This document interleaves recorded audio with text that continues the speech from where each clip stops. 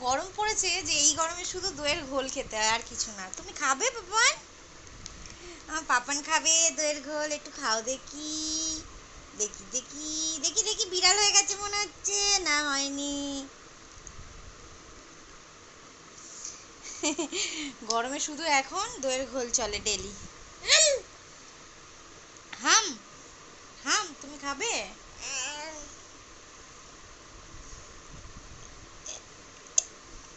হুম। একটু করে দাও। আহ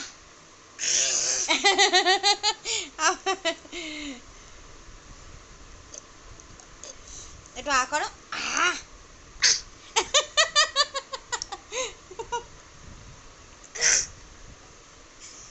আপনি করতে হয় খেয়ে। সোনা। সোনা পাপা।